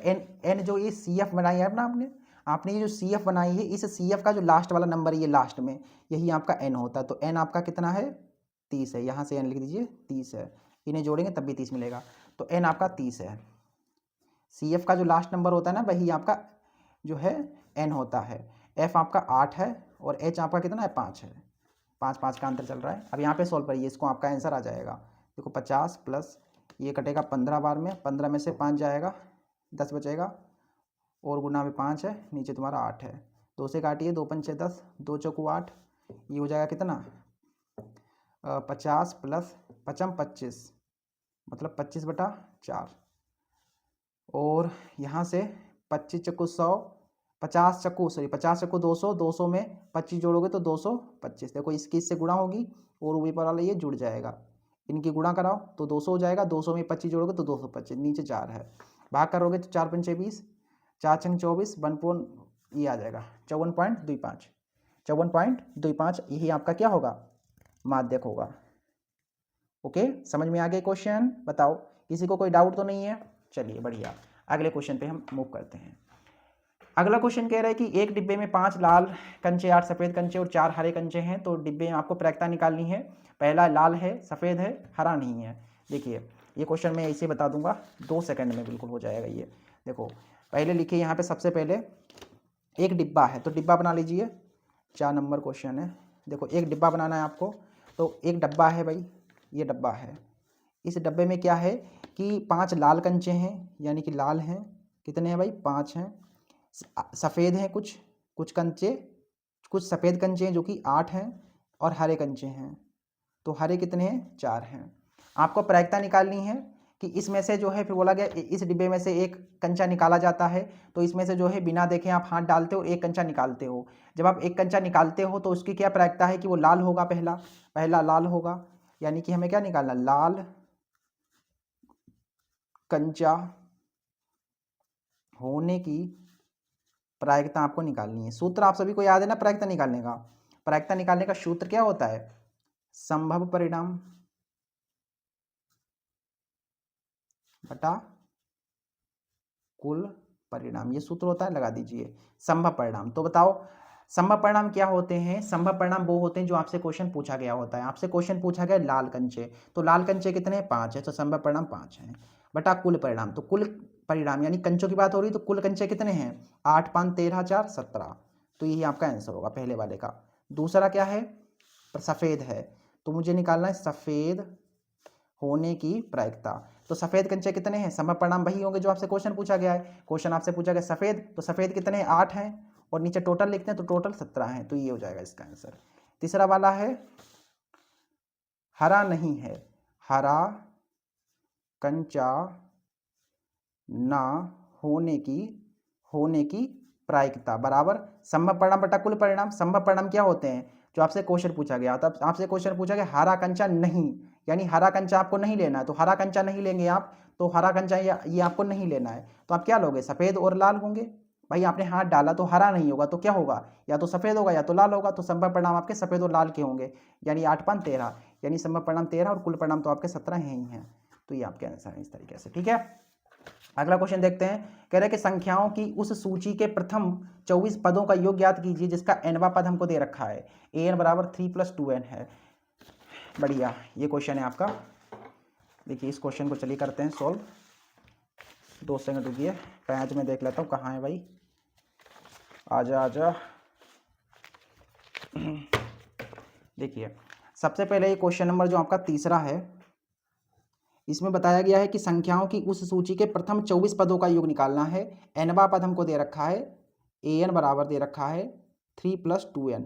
देखो अगर आपको 24 पदों का योग निकालना है ना, तो आपको AP बनानी पड़ेगी, AP पता होगी तभी तो आप जो है, एक श्रेणी पता होगी तभी तो आप उसका योग निकाल पाओगे ना। तो आपको क्या करना है, श्रेणी पहले बनानी है। श्रेणी कैसे बनेगी, ये जो nवां पद दे रखा है ना an बराबर, इसी से आपको एक श्रेणी बनानी है, यानी प्रथम पद, दूसरा पद, तीसरा पद, चौथा पद, ऐसे निकालने हैं। तो कैसे निकलेगा भाई, मान लो इसको समीकरण पहली है, ठीक। तो सबसे पहले ये n है, तो n की जगह पर आप कोई भी नेचुरल नंबर लिख सकते हैं। सबसे पहले आप n बराबर 1 रखिए, 1 से शुरुआत कीजिए, फिर n बराबर 1, 1 के बाद 2 रखना, फिर 3 रखना, 4 रखना, ऐसे n बराबर 1 पर। तो क्या होगा, n की जगह 1 रखोगे तो 3 + 2, n की जगह कितना रखना है, 1 रखना है, तो a1 यानी प्रथम पद मिल गया। 2 × 1 = 2 और 3 5, तो a1 यानी प्रथम पद 5 आ गया। जब आप n बराबर 2 रखेंगे तो आपको दूसरा पद मिलेगा, n की जगह 2 रखिए, 3 + 2n, n की जगह कितना रखना है 2, तो a2 मुझे मिलेगा 3 है, 2 देखो 2 दूनी 4, 4 में 3 जोड़ोगे 7। अब n बराबर कितना रखोगे आप, n बराबर रखोगे अब 3, तो a2 की जगह 3 रखोगे, 3 + 2n, n की जगह कितना रखना है 3 रखना है, 3 रखना है। तो a3 मुझे मिलेगा, देखो 3 दूनी 6, 6 3 9, बस 3 ही रखिए, ज़्यादा मत रखिए, 3 पद मिल गए ना, बस काफ़ी हैं, इन्हीं से हम एक AP बना देंगे। तो अतः एक हमें AP मिल गई है। AP देखो पहला पद आपका 5 है, फिर दूसरा पद 7 है, तीसरा पद 9 है, चौथा पद क्या होगा, देखो 5 2 7, 2 2 का अंतर है तो 11 होगा, फिर ऐसे करके 2 और 2 2 के 13 हो जाएगा, फिर ऐसे करके बनेगा। आपको 24 पदों तक जो है, 24 पदों तक आपको क्या बताना है, योग बताना है कि 24 पदों तक आप ले लेंगे, फिर उनको जोड़ेंगे तो कितना आएगा, ये आपको योग बताना है। इस तरीके से सिंपल है यार, योग सूत्र लगाएंगे काम हो जाएगा। लेकिन योग सूत्र लगाने से पहले आपको प्रथम पद, सारवांतर ये भी तो पता होना चाहिए ना। तो निकाल लो यार, प्रथम पद क्या होगा, प्रथम पद, प्रथम पद को हम ए से प्रदर्शित करते हैं तो ए प्रथम पद, तो इस वाली श्रेणी में जो पहला होगा भाई प्रथम पद होगा। प्रथम पद कौन है? 5 है, तो ए आपका 5 है। डी कैसे निकलता है? कोई भी एक पद उठाओ, उसके पीछे वाले को घटा दो। यानी मैंने मान के चलो 9 उठाया और 9 में से मैंने 7 इसको पीछे वाले को घटा दिया, यानी 9 में से मैंने 7 घटा दिए तो मेरे को डी मिल जाएगा 2। यानी एक पद उठाना है और एक सार्वधातुक निकालने के लिए कोई भी एक रेंडमली पद उठा लो और उससे पीछे वाले को घटा दो, आपको सार्वधातुक मिल जाएगा। 24 पद यानी पदों की संख्या, पदों की संख्या दे रखी है अपने को, पदों की संख्या, पदों की संख्या को n से प्रदर्शित करते हैं, हमको दे रखा है 24। मुझे योग निकालना है, योग यानी एसन निकालना है, तो सूत्र लगा दो, योग सूत्र। एसन बराबर क्या होता है? एसन बराबर होता है n/2 2a plus n-1 into D. एसन हमको निकालना है, n आपका 24 है बटा 2a, a आपका 5 है, फिर n की जगह 24 रखोगे -1 इंटू डी, डी आपका 2 है। थोड़ा स्पीड में सॉल्व करिए, काटिए इसको 12 बार में, 2 पंचे 10, 24 में से गया 23 दूना 46, यहाँ से 12, 46 प्लस 10 56 होगा, गुणा कराइए 12 पंचे 60, 600 और 5 72 यानी 672, ये आपका होगा आंसर। ठीक है, इस तरीके से ये क्वेश्चन आपको करना था, आराम से हो गया, कोई समस्या हुई? नहीं हुई। अगला देखते हैं, इसका अगला क्वेश्चन क्या है। देखिए नेक्स्ट क्वेश्चन क्या है, नेक्स्ट क्वेश्चन क्या है। अगला क्वेश्चन इसके बाद का अथवा वाला क्वेश्चन है 6 नंबर में, कह रहा है कि 2 अंकों से बनी एक संख्या एवं उसके अंकों को उलटने पर बनी संख्या का योग 66 है। यदि संख्या के अंकों का अंतर 2 है तो वे संख्या क्या होगी? देखो ये वाला क्वेश्चन है ना, उलटने पलटने वाला, ये क्वेश्चन बहुत इंपॉर्टेंट है। ठीक है, आता है संख्या ज्ञात करने के लिए। तो देखो 2 अंकों की संख्या है, मान लो 2 अंकों की संख्या ये है, मान लो कि चलो ये संख्या 2 अंकों की है, तो आपको पता है इसमें इकाई का अंक भी होता है और इसमें दहाई का अंक भी होता है। तो आपको इकाई और दहाई का अंक अगर पता है, अगर आपको इकाई का अंक और दहाई का अंक पता है तो आप जो है संख्या बता देंगे। तो मुझे जो है इकाई और दहाई का अंक ही पता करना है। अगर इकाई और दहाई का अंक पता चल जाएगा तो हम 2 अंकों की संख्या निकाल लेंगे। ठीक है, तो हम क्या कर रहे हैं, तीसरे का अथवा क्वेश्चन सोल्व कर रहे हैं। तो जब भी आपको 2 अंकों की संख्या निकालने के लिए कहे तो आपको सबसे पहले इकाई के अंक को कुछ मानना पड़ेगा और दहाई के अंकों को कुछ मानना पड़ेगा। तो मैं मान लेता हूँ यहाँ पे, माना 2 अंकों की संख्या का इकाई अंक, इकाई अंक, देखो ये थोड़ा गड़बड़ हो गया, ये वाला आपको पता है इकाई अंक होता है और ये वाला क्या होता है, दहाई अंक होता है। ठीक है भाई, मैं उल्टा लिख गया, ये इकाई है, इकाई 3 है और दहाई 6 है। तो देखो इकाई अंक तुम्हारा क्या है, 1 से मैंने मान लिया, और दहाई का अंक तथा दहाई अंक मैंने 22 मान लिया। अच्छा, अगर इकाई का अंक 1 है और दहाई का अंक 22 है तो हमारी जो संख्या होगी वो क्या होगी, संख्या होगी वो क्या होगी, आप मुझे खुद बताओ संख्या क्या होगी। भाई देखो 2 अंकों की है तो 2 अंकों की है तो 2 अंकों की सबसे छोटी संख्या क्या होती है, 10 होती है ना, तो 10 लोगे, तो आपको 10 लेना है। अगर 2 अंकों की कहेगा तो आपको हमेशा 10 ही लेना है। और 10 क्या होती है, 10 दहाई होती है और दहाई के संग कौन आएगा, 22 आएगा। तो ये हो गया, फिर दहाई में क्या जुड़ जाएगा, इकाई का अंक, ये इकाई का अंक जुड़ जाएगा। तो आप ऐसे पढ़ोगे ना, इकाई फिर दहाई, तो इकाई मैंने देखो यहाँ पे x माना था तो मैंने इकाई को यहाँ रखा, और दहाई दहाई दहाई कौन है, 22, तो 22 किसके साथ रहेगा, दहाई के साथ, यानी 10 के साथ रहेगा। तो ऐसे करके आपको समझ लेना, ये समीकरण मान लो पहली है। अब क्वेश्चन में कहा गया कि प्रथम शर्त से, आप क्वेश्चन आप अपने मॉडल पेपर को प्लीज सामने रखिए और वहां पर देखिए, कहा गया है कि 2 अंकों से बनी संख्या के अंक एवं उसके अंकों को उलटने पर बनी संख्या का योग, यानी ये जो 2 अंकों की संख्या है आपके पास, इसके अंकों को उलट दो, तो उलट दो भाई, 22 की जगह x कर दो और x की जगह 22 कर दो। अब उलट दिया है तो ये संख्या बन गई है, इस वाली और इस वाली का योग यानी जोड़ 66 होगा, ये कह रहे हैं, ये बात ये कह रहे हैं। तो 10y देखो 10x में ये x जुड़ जाएगा तो 11x हो जाएगा, 10y में ये 22 जुड़ेगा तो 11y होगा और बराबर में 66। यहाँ से 11 11 कॉमन निकाल लो तो x प्लस वाई बराबर 66 के होंगे, 11 छंगा 66, तो x प्लस वाई बराबर 6 आ गया। ये समीकरण बन गई दूसरी। इसे आप ऐसा कीजिए, a मान लीजिए, इसे समीकरण पहले मान लीजिए। वैसे कोई दिक्कत ना थी, आप उसको 1 और 2 भी मान सकते थे। आगे देखते हैं अगली शर्त से क्या है। देखो दूसरी शर्त से, देखो इतनी मेहनत कर रहे हैं ना, ठंडे में बैठे हुए हैं बाहर, मतलब टेबल पे बैठे हुए हैं, तो आप लोगों के लिए इतनी मेहनत कर रहे हैं तो प्लीज़ लाइक ज़रूर से कर दीजिएगा और एक फ्रेंड के पास शेयर जरूर वीडियो को कर दीजिएगा। अपने जो ग्रुप्स हैं, ठीक है, अपने जो ग्रुप्स हैं, अपने जो स्टेटस वगैरह हैं, वहाँ आप जरूर से शेयर कर दीजिएगा, ठीक है, क्योंकि इतनी मेहनत कर रहे हैं आप लोग, प्लीज़ इतना समर्थन कीजिए, ठीक है, इतना सपोर्ट कीजिए।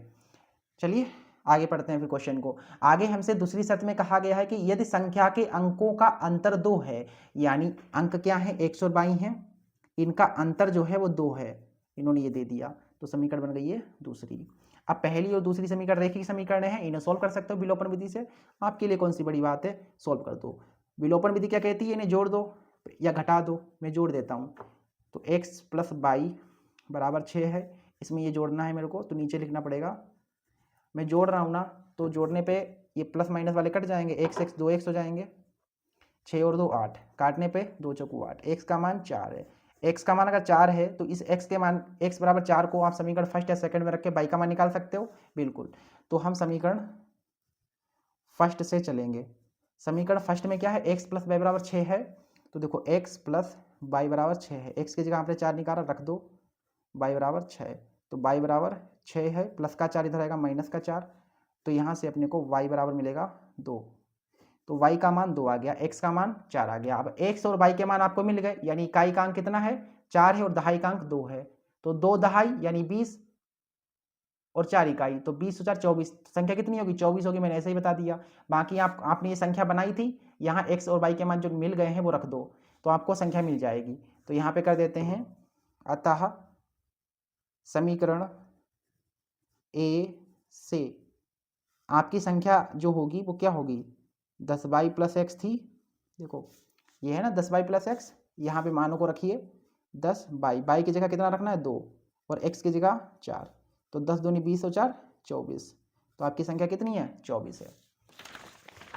चलो अगला क्वेश्चन करते हैं। अगला क्वेश्चन देखिए क्या है, क्वेश्चन नंबर चौथा है, कह रहा है कि आंधी आने से एक पेड़ टूट जाता है और टूटा हुआ भाग इस तरह मुड़ जाता है कि पेड़ का शिखर जमीन को छूने लगता है और इसके साथ 30 डिग्री का कोण बनाता है।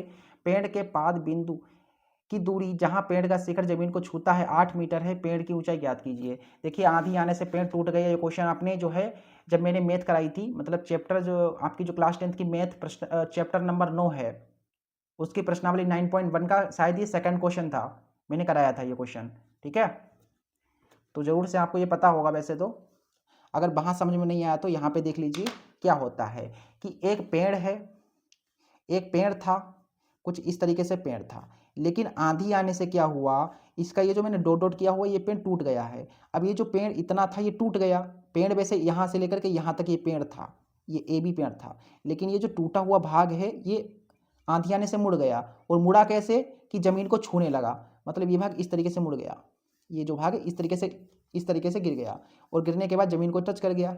ज़मीन कहाँ है भाई, ज़मीन ये होगी, इस तरीके से टच कर गया। तो आपको क्या निकालना, इस पेड़ की लंबाई निकालनी है। अच्छा कोण भी बता दिया इन्होंने कोण कह दिया है कि 60 डिग्री का कोण बनाएगा, कितने डिग्री का, सॉरी 60 नहीं 30 डिग्री का, इट्स माई मिस्टेक, 30 डिग्री का है। अच्छा और बताया है कि जहाँ पेड़ का शिखर जमीन को छूता है 8 मीटर है, यानी ये वाला जो पेड़ है ये ज़मीन को छू रहा है वो 8 मीटर है, कहाँ से, इसके तने से, यानी इसकी जड़ से, तो 8 मीटर जो है यहाँ से लेकर यहाँ तक की दूरी है, तो इसको नाम दे दीजिए ए बी, इसको सी, इसको डी, ठीक है। मुझे क्या निकालना है, पेड़ की लंबाई निकालनी है, तो पेड़ बताओ कौन सा है, पेड़ तो आपका यही है ना, एक ये वाला, और ये टूटा हुआ भाग कहाँ पर है, यही वाला है, तो आपको ये नीला नीला ही निकालना है, ये और ये वाला कौन सा भाग है, ये टूटा हुआ भाग है, तो मेरे को लंबाई निकालनी है, यानी ये वाला पेड़ प्लस ये वाला, तो मेरे को टोटल पेड़ मिल जाएगा, ठीक है।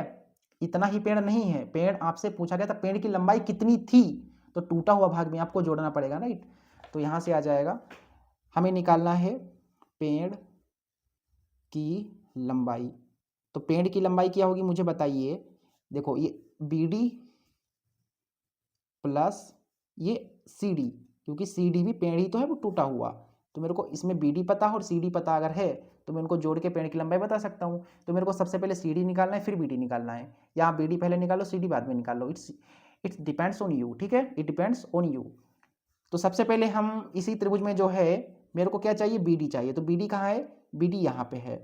अच्छा ये क्या है, लंब है आपको पता है, और ये आधार है, देखिए मुझे लंब निकालना है और आधार पता है, तो लाल बटा कक्का के हिसाब से लंब और आधार किस में होता है? देखो यहाँ पे साइन होता है, यहाँ पे कोस होता है और यहाँ पे टेन होता है। आपको क्या चाहिए? देखो लंब और आधार पता है, तो लंब और आधार में कॉम्बिनेशन कहाँ पर है? टेन में है। टेन में तो आप यहाँ पर टेन थीटा लेंगे। टेन थीटा बराबर लंब बटा आधार होता है। तो टेन थीटा कितना है? 30 डिग्री। लंब कितना है आपका? देखो लंब BD है बटा आधार, आधार आपका ये 8 है। तो यहाँ से होगा टेन 30 का मान 1 बटा अंडर रूट 3 और ये BD बटा 8। तो इसकी गुणा इधर कराने पे BD अंडर रूट 3 8 एकम 8। सॉल्व कर रहा हूँ मैं, ठीक है। अब गुणा में अंडर रूट 3 तो बट्टे में आएगा, और अंडर रूट नीचे होता है क्या? नहीं होता है। तो इसको हटाने के लिए इसका हर परिमेयकरण करना पड़ेगा आपको। तो यहाँ से BD बराबर 8 अंडर रूट 3, अंडर रूट 3 की अंडर रूट 3 से गुणा होगी तो 3 आ जाएगा। ये आपके पास हो गया मीटर में BD। अब BD मिल गया आपको, BD के बाद CD भी तो चाहिए। तो CD कहाँ पे आता है? देखो CD यहाँ पे आ गया। तो CD यानी कि ये कर्ण है आपका, ये क्या है? ये कर्ण है। तो कर्ण और आपको आधार पता, तो कर्ण और आधार का कॉम्बिनेशन किस में है? देखो आधार और कर्ण कोस में आ रहा है ना, तो आपको अब कोस थीटा लेना पड़ेगा। तो लीजिए अब कोस थीटा, कोस थीटा बराबर होता है आधार बटा कर्ण। तो थीटा आपका 30 है, 30 है। आधार आपका कितना है मेरे भाई? आधार देखो 8 है, और कर्ण, कर्ण आपको निकालना है। कर्ण यानी कि कर्ण आपका क्या है? CD, CD आपको निकालना है। कोस 30 का मान कितना होता है? कोस 30 का मान कितना होता है? अंडर रूट 3 बटा 2, और यहाँ पे 8 बटा CD, ये 2 अट्ठे 16 होगा। तो CD बराबर देखो CD की इधर गुणा होगी अंडर रूट 3 से, और 2 अट्ठे 16, इसकी इधर हो जाएगी, तो 2 अट्ठे 16। तो CD आपको चाहिए, गुणा में अंडर रूट 3 तो कहाँ जाएगा? बट्टे में, और नीचे अंडर रूट होता है नहीं, इसका हर परिमेयकरण कर दो। तो CD बराबर आ गया 16 अंडर रूट 3, अंडर रूट 3 कम अंडर रूट 3 3 आएगा।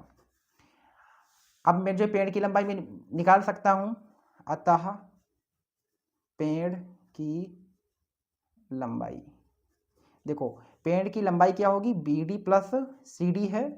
तो हमने BD भी निकाल लिया, BD हमने निकाला देखो 8 अंडर रूट 3 बटा 3 आया, प्लस CD, CD आपने कितने निकाला? CD आपने ये निकाला 16 अंडर रूट 3 बटा 3, 16 अंडर रूट 3 बटा 3। अब देखिए जोड़ दीजिए, 16 और 8 24, और ये अंडर रूट 3, देखो 8 अंडर रूट 3 है और ये 16 अंडर रूट 3, कितना हो जाएगा? 24 अंडर रूट 3, नीचे 3 है, 3 अट्ठे 24, यानी 8 अंडर रूट 3 मीटर आपके पेड़ की ऊंचाई थी। ठीक है, इस तरीके से हमें इस क्वेश्चन को सॉल्व करना था। नेक्स्ट क्वेश्चन आप देखिए क्या क्वेश्चन कह रहा है। कह रहे कि 7 मीटर ऊंचे भवन के शिखर से एक केबल टावर के शिखर का उन्नयन कोण 60 डिग्री है और इसके पाद का अवलंबन कोण 45 डिग्री है। टावर की ऊंचाई ज्ञात कीजिए। प्लीज अनसॉल्वेड को सामने रखिए और वहां पे देखिए, ठीक है, वहां पे देखिए।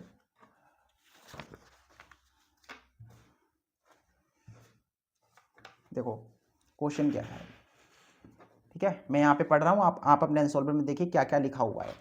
सबसे पहले क्या है? 7 मीटर ऊंचा भवन, चौथे का अथवा वाला क्वेश्चन है। देखो 7 मीटर ऊंचा भवन है, तो मान लेता हूँ एक भवन है, यहाँ पे 7 मीटर है ऊंचा, ये भवन है। भवन के सामने क्या है? भवन के शिखर से एक केबल टावर, ये भवन है, भवन के सामने ये जमीन पे खड़ा होगा ना, ये जमीन है। तो देखो भवन इस जमीन, समझो ये भवन है 7 मीटर का, इसके सामने मान लो एक टावर खड़ा हुआ है, केबल टावर है यहाँ तक, इतना ये टावर है, ये क्या है? टावर है, ये भवन है। हमें बताया गया है कि 7 मीटर ऊंचे भवन के शिखर से, यानी भवन ये है तो भवन का शिखर ये वाला होगा, ये वाला, यहाँ से भवन के शिखर से टावर के शिखर का उन्नयन कोण 60 डिग्री है, यानी इसके शिखर से इसके शिखर का उन्नयन कोण कितना दे रखा है? यहाँ से लेकर यहाँ तक, देखो ऐसे करके एक रेखा खींचनी पड़ेगी आपको। तो देखो यहाँ से यहाँ तक का कोण दे रखा है 60 डिग्री। अच्छा, और क्या दे रखा है? और इसके, कहाँ है भाई? और इसके पाद का अवलंबन कोण, यानी ये जो शिखर है यहीं से इसके शिखर का, शिखर से 60 है, और इसके इस पाद से, ये पाद नीचे होता है ना, इसके साथ कितना है? 45 है। कितना है? 45 डिग्री कोण है। मतलब इस वाले टावर के, ये जो टावर है इसके शिखर के साथ 60 है और इस वाले के पाद के साथ 45 है। तो आपको क्या निकालना है? तो आपको जो है टावर की ऊंचाई निकालनी है। ये जो टावर है ये कितना ऊंचा है? तो निकालने के लिए सबसे पहले इसे नाम दे दीजिए। ए है ये, मान लो ये V है, ये C है, ये D है और ये E है। इतना तो आपको समझ में आ रहा होगा कि अगर ये 7 है तो इसके सामने ये भी 7 ही होगा। इसका मतलब ये जो ED है वो किसके बराबर है, BC के बराबर है। तो ED जो है वो बराबर है BC के, ये तो आपको पता चल गया। और यहाँ से देखेंगे आप, तो इसी प्रकार से ही जो EB होगा, ये वाला जो होगा इसके बराबर होगा, यानी EB किसके बराबर होगा, CD के बराबर होगा। EB बराबर होगा CD के। समीकरण सेकंड। हमें क्या निकालना है, हमें निकालना है टावर की ऊंचाई, टावर की ऊंचाई, यानी हमें H, टावर की ऊंचाई मान लेता हूँ H है, वो मुझे निकालनी है। आराम से आ जाएगा, कोई दिक्कत वाली बात नहीं है। कैसे करना है उसको ध्यानपूर्वक समझिए। सबसे पहले आप जो है कोई इसमें से एक त्रिभुज ले लीजिए, यहाँ पे 90 डिग्री का एंगल बन रहा है ना, तो त्रिभुज EBC ले लो पहले। त्रिभुज EBC में इस वाले त्रिभुज में आप टेन थीटा लेंगे, टेन थीटा आपको लेना है हमेशा, ठीक है। टेन थीटा बराबर लंब बटा आधार होता है ना, तो टेन थीटा, इसमें थीटा देखिए 45 है, और आपको पता है लंब कितना है इसमें, देखो ये लंब है, ये पूरा 90 डिग्री बन रहा है, यानी ये तो लंब होगा, तो लंब आपका क्या है, EB है बटा आधार, आधार आपका क्या है, ये BC है। तो देखो टेन 45 का मान 1 होता है, और EB और BC कितना है, देखो 7 है। तो ये 7 कम 7, यानी EB आपको कितना मिल जाएगा, देखो EB बराबर 7 कम 7, यानी EB हमें 7 मिल गया, ये 7 मिल गया, ठीक है। तो देखो ये टावर था, इस टावर की मुझे इतनी ऊंचाई तो पता है 7 है, अगर मुझे ये AB मिल जाए, इतना वाला पार्ट मिल जाए A से B तक, अगर AB मिल जाए तो मैं इतने और इतने को जोड़ के पूरे टावर की ऊंचाई नहीं बता दूंगा, बिल्कुल बता दूंगा। तो मुझे AB निकालना है, तो AB कौन से त्रिभुज में आएगा, त्रिभुज AEB में। तो अब हम चलेंगे त्रिभुज AEB में, AEB में, AEB में आपको क्या लेना है, टेन थीटा ही लेना है। तो टेन थीटा बराबर होगा लंब बटा आधार, टेन थीटा, थीटा उसमें कितना है, देखो 60 डिग्री लेना है लंब, देखो लंब कितना है, देखो यहाँ पे ये बन रहा है ना 90 डिग्री, तो लंब आपका ये होगा, AB लंब है, मुझे AB ही चाहिए, बटा आधार, आधार कितना है आपका, देखो ये 7 आ गया है, तो 7 है। टेन 60 का मान कितना होता है, √3 AB बटा 7, देखो बटे में कुछ नहीं तो एक, AB कम AB होगा, और 7 अंडर ये हो जाएगा 3 मीटर। तो मुझे देखो यहाँ से EB मिल गया, ये तो मुझे पता ही था पहले से ही 7 होगा, और ये AB भी मिलेगा। AB कितना है, 7 √3 है, ये वाला 7 √3 है। अगर ये 7 √3 इतना है और ये इतना है, इनको मैं जोड़ दूंगा, इस वाले को इसके साथ जोड़ दूं, इतने वाले हिस्से और इतने वाले हिस्से को, तो मुझे पूरा मिल जाएगा। तो अतः टावर की ऊंचाई लिख दो, अतः टावर की, दिख रहा है नहीं दिख रहा है, यहाँ पे देखिए टावर की ऊंचाई, कभी कभार ना कैमरे से ध्यान हट जाता तो दिखता नहीं है कि मैं क्या लिख रहा हूँ, मुझे कैमरे की तरफ ध्यान नहीं रहता तो ना कि मैं ऐसे लिखता हूँ, यहाँ लिख रहा हूँ और आप सोच रहे हो पता ना कहाँ, हो जाता है कभी कभार। तो मुझे टावर की ऊंचाई चाहिए ना, तो मैं इस AB में क्या जोड़ दूंगा, इस BC को, तो AB प्लस BC, तो H बराबर AB कितना आया, ये आया 7 √3, BC कितना आया, 7 आया, नहीं BC तो दे रखा है ना, 7 है। तो H बराबर 7 कॉमन निकाल लो, क्या बचेगा, 1 प्लस √3 मीटर, ये आपकी ऊंचाई होगी मीटर में। इस तरीके से हो गया, आराम से हो गया ना, कोई समस्या हो इस क्वेश्चन में, नहीं होनी चाहिए। अगला क्वेश्चन देखते हैं क्या है। अगला क्वेश्चन कह रहा है कि 7 सेंटीमीटर, 5वां क्वेश्चन 6 नंबर का है, कह रहा है कि 7 सेंटीमीटर भुजा वाले एक घनावकार ब्लॉक के ऊपर एक अर्धगोला अधिरोपित है, अर्धगोले का अधिकतम व्यास क्या हो सकता है, इस प्रकार बने ठोस का पृष्ठीय क्षेत्रफल ज्ञात कीजिए। ये भी बुक से आपकी NCERT से ही लिया गया क्वेश्चन है। देखिए 7 मीटर भुजा वाला एक घनावकार ब्लॉक, देखो एक घनावकार ब्लॉक है, तो क्वेश्चन नंबर 5 है ना, घनाकार है। अच्छा एक घन है, यहाँ पे इस तरीके से बना लो बढ़िया से अच्छे से, इसको मिला दो इससे, इसको मिला दो इससे, इसको यहाँ पे मिला दो, इसको यहाँ पे मिला दो। तो देखो ये घन है, इसकी भुजा कितनी है, 7 है, 7 मीटर भुजा है, 7 मीटर भुजा है। अब क्या होता है कि इस घनाकार ब्लॉक के ऊपर एक अर्धगोला अधिरोपित है, मतलब इसके ऊपर एक अर्धगोला रखा हुआ है, तो उस अर्धगोले का अधिकतम व्यास कितना हो सकता है। तो देखो जो गोला होगा, गोला आप कहाँ पर रखोगे, मतलब अधिकतम व्यास, यानी ये जो गोला कटोरा है इस तरीके से, इसका ये व्यास होगा पूरा यहाँ से यहाँ तक, यानी इस कटोरे को आप कैसे रख सकते हो, तो आप क्या करोगे, बड़ा से बड़ा कटोरा लाओगे जो कि इसके साइज का हो, तो इसी पे रखोगे ना, इसके बाहर तो रख नहीं दोगे, तो आप कुछ इस तरीके से रखोगे, ऐसे मान लो आपने इस तरीके से रखा ऐसे, और यहाँ पे कुछ इस तरीके से रखा हुआ है ये यहाँ तक, ठीक है, इसके साइज का है, मतलब यहाँ पर ये जो साइज है ना इसका 7 मीटर भुजा का, इतना ही आप रख सकते हो। इससे ज़्यादा तो रख नहीं पाओगे ना। ये गोला, ये जो अर्धगोला है मेरे भाई, इसको कहाँ पर रख पाओगे आप? इस घन के ऊपर ही रखोगे, जितना बड़ा घन होगा उतना ही बड़ा आप अर्धगोला रख सकते हो, कटोरा रख सकते हो, ठीक है। तो घन घन जो है, घन आपका जो है वो कितना बड़ा है, कितनी इसकी चौड़ाई है, 7 मीटर है, 7 मीटर का ही उसका लंबाई चौड़ाई ऊंचाई है, तो 7 है। यानी कि आप 7 मीटर भुजा का ही, 7 मीटर व्यास का ही एक अर्धगोला रख सकते हैं। आपसे क्वेश्चन कहा गया है, देखिए समझिए, यहाँ पे देखिए दिया है घन की भुजा, हमें घन की भुजा कितनी दे रखी है, 7 मीटर, 7 मीटर घन की भुजा है। हमसे पहला क्वेश्चन पूछा गया है कि इस पे जो आप अर्धगोला रख रहे हो, अर्धगोले का व्यास कितना होगा, अधिकतम व्यास कितना होगा, अधिकतम आप कितना बड़ा रख सकते हो। तो मैंने आपको अभी बताया ना, आप गोला जितना बड़ा ये घन है उतना ही बड़ा रख सकते हो अर्धगोला, तो आप यहाँ से लेकर के यहाँ तक ही रख पाओगे, इससे बाहर तो निकाल नहीं दोगे। यानी कि 7 मीटर का है तो 7 मीटर का ही आप रख पाओगे कटोरा, तो जो व्यास होगा जो अर्धगोले का, वो अधिकतम 7 ही आप ले सकते हो। इसका सेकंड पार्ट कह रहा है कि इस गोले का संपूर्ण पृष्ठीय क्षेत्रफल क्या होगा। तो संपूर्ण पृष्ठीय क्षेत्रफल क्या होगा, ठोस का, क्या बोला गया है, ठोस का। अच्छा तो लिख दो यहाँ पे, ठोस का संपूर्ण पृष्ठीय क्षेत्रफल। देखिए कैसे निकलेगा संपूर्ण पृष्ठीय क्षेत्रफल, बताइए कैसे निकलेगा संपूर्ण पृष्ठीय क्षेत्रफल। आपको पता है कि ये जो अर्धगोला है इसके ऊपर रखा हुआ है, इसके ऊपर रखा हुआ है, बढ़िया बात है। तो देखो सबसे पहले आपको जो है, ये घन है तो घन का पृष्ठीय क्षेत्रफल लगाना पड़ेगा। घन की बात हुई ना, हुई है कि नहीं हुई है, तो घन का पृष्ठीय क्षेत्रफल लगाइए।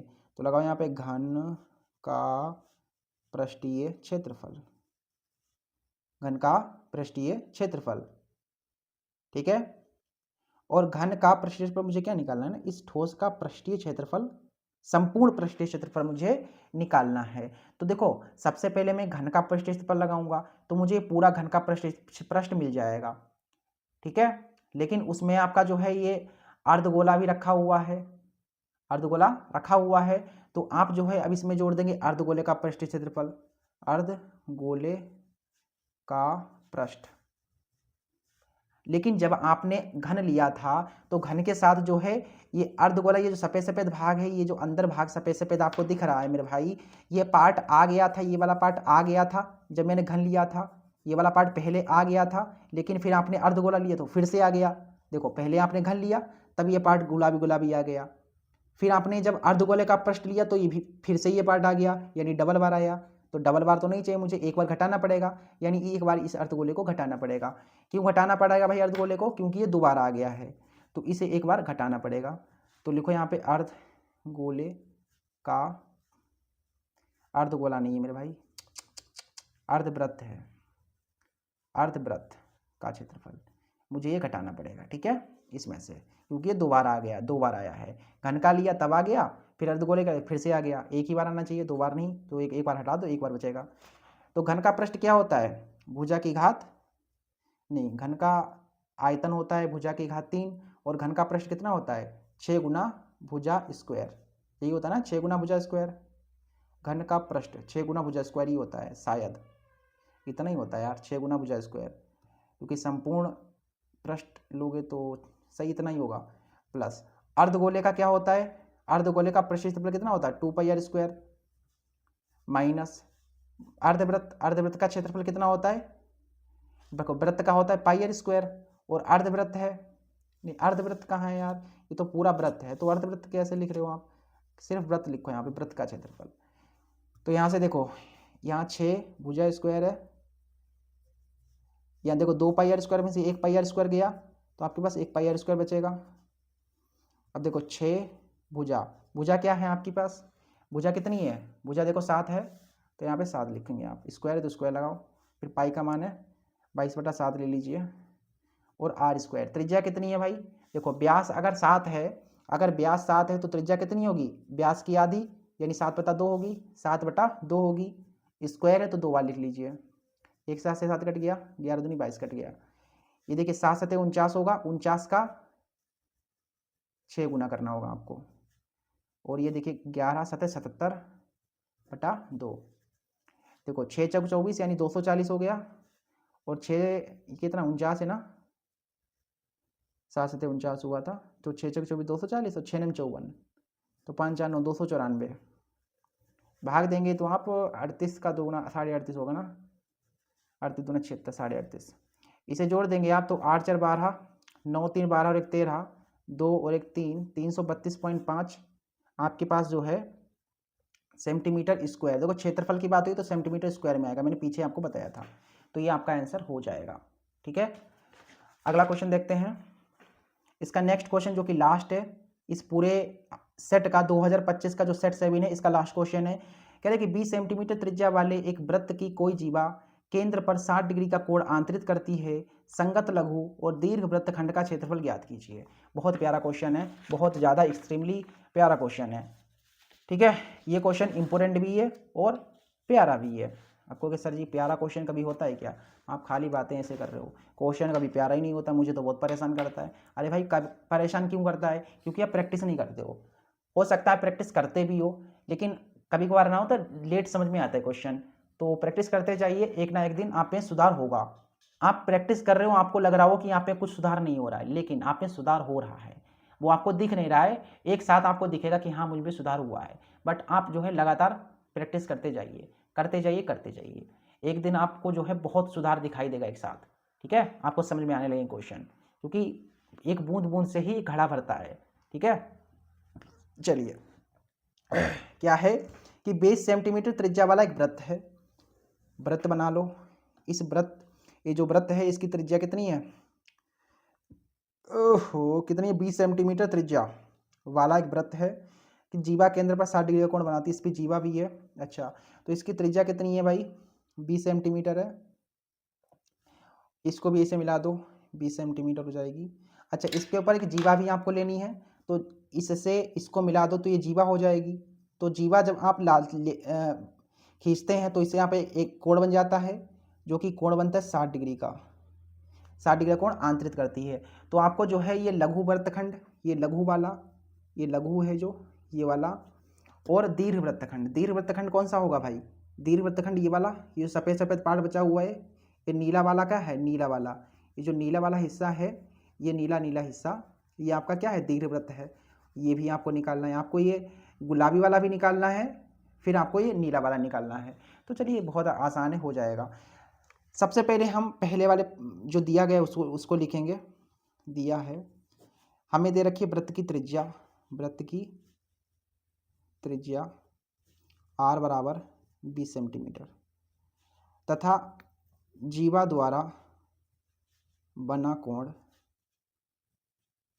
थीटा हमको दे रखा है 60 डिग्री का, 60 डिग्री थीटा दे रखा है। इसका मतलब ये जो त्रिभुज होगा तुम्हारा ये समबाहु होगा। ठीक है, समबाहु होगा, और समबाहु दिख भी रहा होगा आपको, ये भी 20 है ये भी 20 है, समबाहु होगा। ठीक, त्रिज्या दे रखी है। सबसे पहले पार्ट में मेरे को निकालना लघु वृत्तखंड का क्षेत्रफल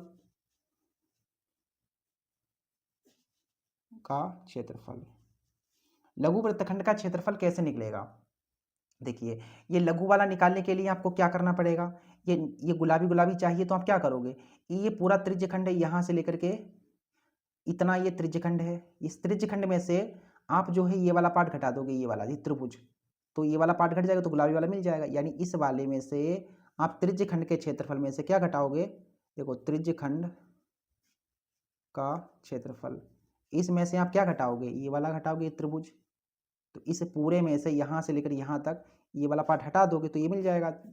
आपको दिख भी रहा होगा, ध्यान से देखेंगे तो। इसे नाम दे दीजिए ओ ए, ये बी, अच्छा लगेगा देखने में।